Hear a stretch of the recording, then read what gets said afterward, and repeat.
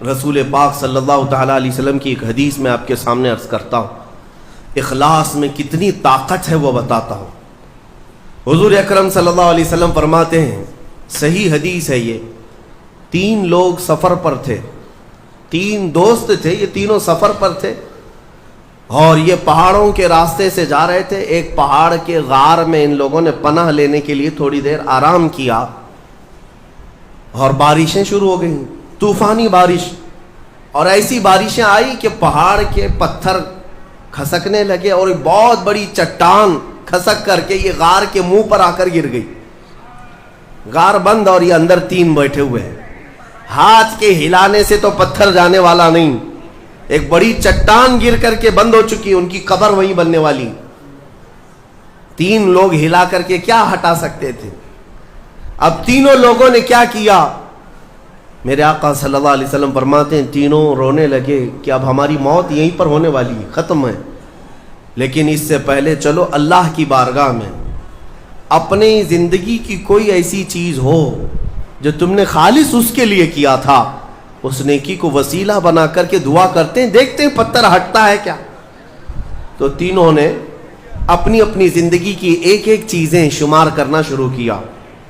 توجہ چاہتا ہوں، پہلے ایک بندہ سجدے میں گرتا ہے اور عرض کرتا ہے، مولا تو جانتا ہے میری ایک بوڑھی ماں تھی، ماں کی خدمت بہت کیا کرتا تھا، ماں کی بہت تعظیم کرتا تھا۔ ایک دن رات کو جب میں گھر پہنچا تو میرے پاس صرف 1 روٹی تھی اور تھوڑا سا دودھ تھا۔ میرے گھر کے کئی بچے تھے، بچے بھی بھوکے تھے، لیکن میری ماں بوڑھی تھی، تو میں جب بھی گھر رات کو پہنچتا پہلے اپنی ماں کو کھلاتا، اس کے بعد اپنے بچوں کو کھانا دیتا۔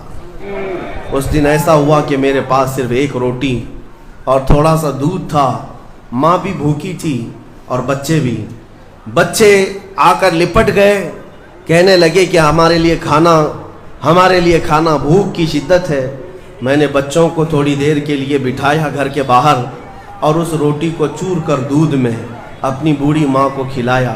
میری بوڑھی ماں جو بھوکی تھی وہ پوری روٹی کھا گئی اور پورا شکم سیر ہو کر وہ دعا کرتے ہوئے سو گئی۔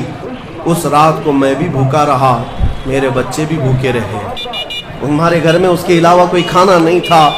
اے رب ذوالجلال، میں نے اپنی ماں کے ساتھ یہ جو حسن سلوک کیا خالص تجھے راضی کرنے کے لیے، خالص تجھے راضی کرنے کے لیے۔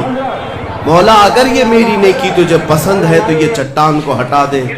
وہ دعا کر رہا تھا، چٹان تھوڑی کھسک گئی، اپنے آپ کھسک گئی، لیکن اتنی نہیں کہ وہ نکل سکیں۔ دوسرا جو ساتھی تھا وہ سجدے میں گرا اور وہ دعا کرنے لگا۔ یہ پوری حدیث پاک موجود ہے جس کو میرے آقا نے بیان کیا۔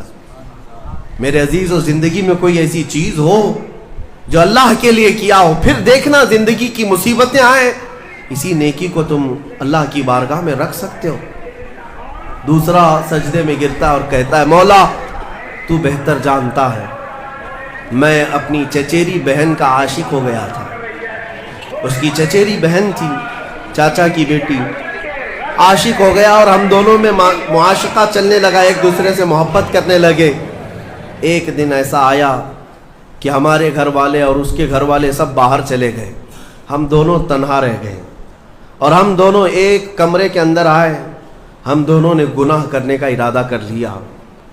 شادی تو نہیں ہوئی تھی، نکاح بھی نہیں ہوا تھا، دونوں کھڑے ہوئے، گناہ کرنے کا ارادہ ہی تھا کہ ہم دونوں کو اچانک خیال آیا میرا رب دیکھ رہا ہے۔ ہم کپڑے اتارے اس کے سامنے جو ہمارے دلوں کے حالات بھی جانتا ہے، تو وہ میری چچیری بہن وہ بھی رونے لگی، میں بھی رونے لگا اور ہم ایک دوسرے کو ہاتھ نہیں لگائے۔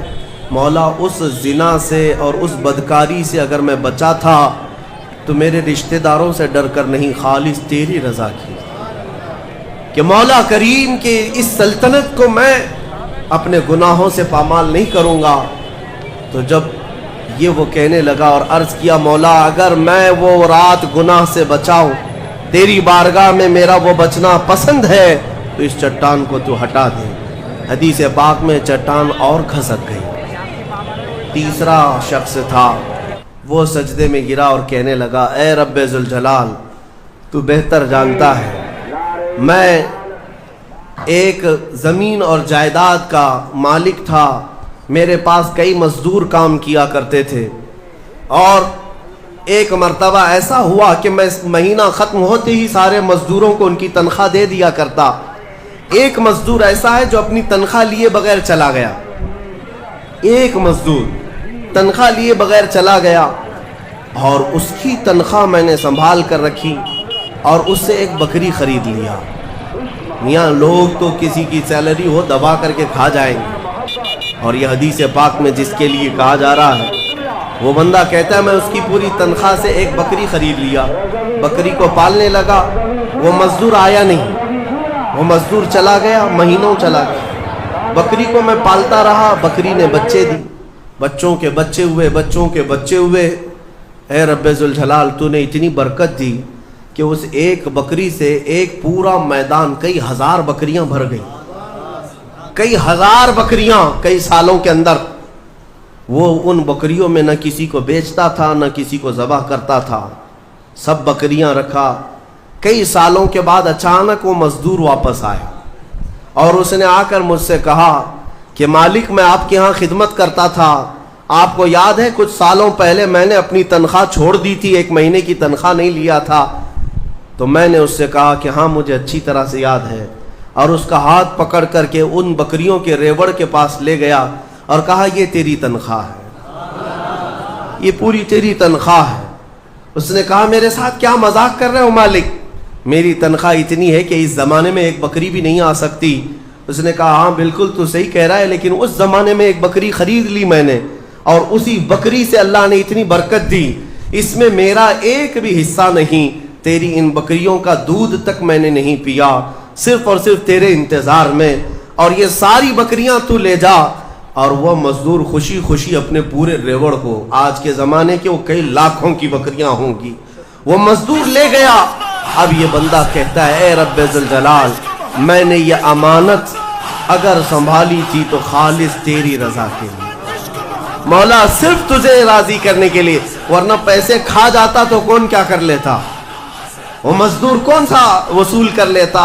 کہتا نہیں مجھے یاد نہیں، اب میں پہچانتا بھی نہیں، نہیں مولا میں نے تیری رضا کے لیے کام کیا، اگر تجھے یہ پسند ہے تو یہ چٹان ہٹا دے۔ حدیث پاک میں ہے اس نے جیسی یہ دعا کیا پوری چٹان ہٹ گئی، پوری چٹان کھسک کر ختم ہو گئی، ان کا راستہ صاف ہوا۔